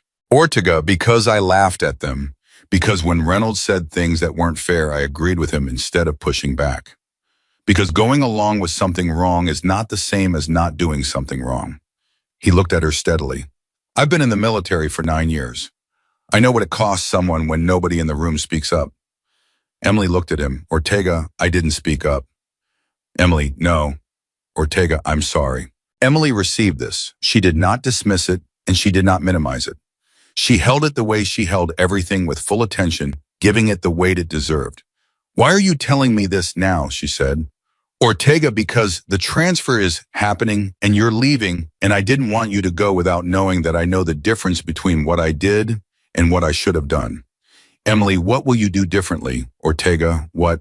Emily, the next time someone new comes into the unit, someone quiet, someone who doesn't announce themselves the way people expect, what will you do differently? Ortega was quiet for a moment. He thought about it. He actually thought about it, which Emily could see, because his expression was the expression of someone who is genuinely working through a question rather than reaching for a preformed answer. I'll look harder, he said finally. Before I decide, I'll actually look. Emily, that's the right answer. Ortega nodded.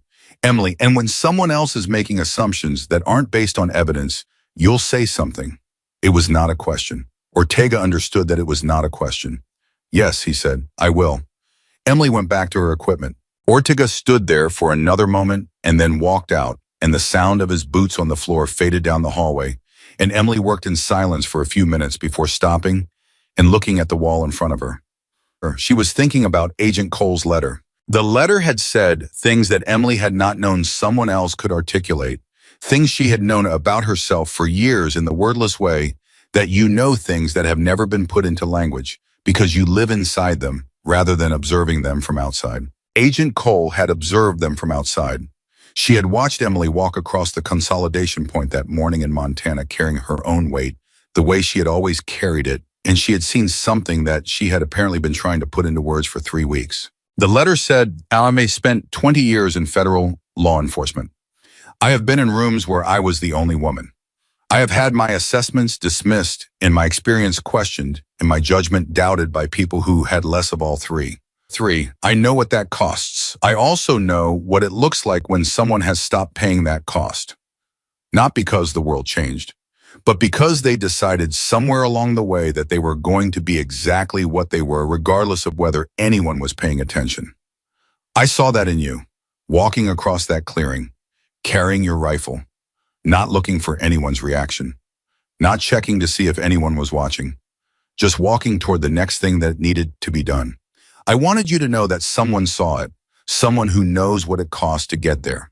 Emily had read that paragraph 4 times. She had not cried. She was not someone who cried easily, and she was not going to start in Walker's office. But something in her chest had moved when she read it, the particular movement of something that has been held in place for a long time by the pressure of everything around it and suddenly has slightly more room. She picked up her pen and started writing the response. She wrote it in the equipment room, sitting on a crate, using the back of a supply form as paper. She wrote it the way she did everything directly without wasted words, finding the accurate version of what she wanted to say and putting it down without embellishment. She wrote, "You are the first person who has described it correctly. I have never been waiting for the world to change. I have been waiting for the work. The work is always there. The work does not care what anyone thinks of me. It only cares what I do with the time I have and the skills I have and the information in front of me. I found that to be a significant relief early in my career, and I have never found a reason to revise it. I am glad you are alive. I am glad you are writing letters. Take care of yourself. Emily Carter." She folded it and put it in her pocket. She would get Cole's address from Ewan. She went back to her equipment.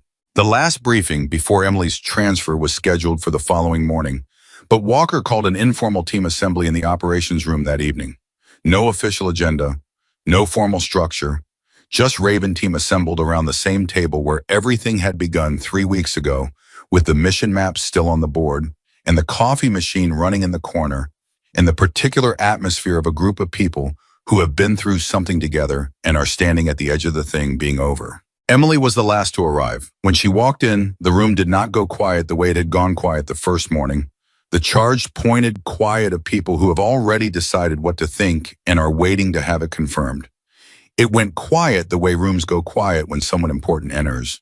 Not because of rank, not because of authority, because of the particular gravity that forms around a person who has demonstrated under real conditions who they actually are. Walker was at the head of the table. He looked at Emily when she came in and gave a small nod that contained more than it appeared to. Briggs was there. He had barely spoken to Emily in the 3 weeks since the mountain, not from hostility, but from the particular speechlessness of a 26-year-old who has had his understanding of the world reorganized and has not yet finished processing the reorganization. When Emily sat down across from him, he looked at her directly for the first time since the consolidation point. "I've been thinking about what I want to say to you," Briggs said. "Emily, take your time." "Briggs," I laughed in the briefing room that first morning. "Emily, you said this before on the radio." "Briggs, I know, I'm saying it again because I want you to know it wasn't just a bad moment. It was the result of something I believed that I shouldn't have believed. And believing wrong things is more serious than having a bad moment." Emily looked at him carefully. He was 26 years old and he was speaking with the precision of someone who had spent 3 weeks doing the actual work of examining himself rather than just feeling bad about what he had done. There was a difference. Emily had encountered both and she knew the difference immediately. "What did you believe?" she said. "Briggs, that quiet meant uncertain. That calm meant inexperienced. That someone who didn't perform confidence the way I was used to seeing it performed didn't actually have it." "Emily, where did you learn that?" Briggs thought about it. "Everywhere," he said. "Every team I've ever been on. Every commander I've served under. The whole culture of this kind of work." He paused. "That's not an excuse. That's a problem I'm responsible for fixing even if I didn't create it alone." "Emily, yes," she said. "It is. Briggs, I'm going to fix it." Emily looked at him for a moment. 26 years old, 14 months in the unit, 3 weeks of genuine, uncomfortable self-examination that most people twice his age would not have been willing to do. "I believe you," she said, and she meant it completely. Walker cleared his throat. He looked around the table. "I'm not going to make a speech," he said. "Carter doesn't need a speech, and she'd probably prefer I didn't make one." He looked at Emily. She confirmed this with a slight expression. "Walker, what I will say is that this team was not operating at its actual capability before 3 weeks ago. Not because of anyone's skill level or experience. Because of what we assumed before we looked. And the cost of that assumption was nearly every life in this room." He paused. "I want that to be the last time we pay that cost." The room was quiet. Then Reynolds, "It will be." Not a question, a statement. The kind of statement that carries the weight of a decision rather than a hope. Walker looked at him, nodded, then he looked at Emily. And here was the moment that Emily Carter would carry forward from everything that had happened in these 3 weeks. Not the mission itself, not the mountain or the Western approach or the commendation or the transfer.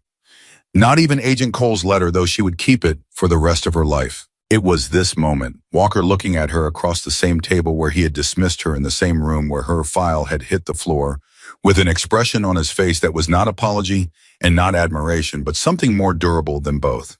Recognition. Full, unambiguous, late arriving, but genuine recognition of who she had always been. "Captain Carter," Walker said, "it has been a privilege to serve alongside you." Emily looked at him. She looked around the table, at Reynolds, who held her gaze steadily, at Ortega, who nodded once, at Briggs, who looked like someone who has just understood something that is going to stay understood for the rest of his life.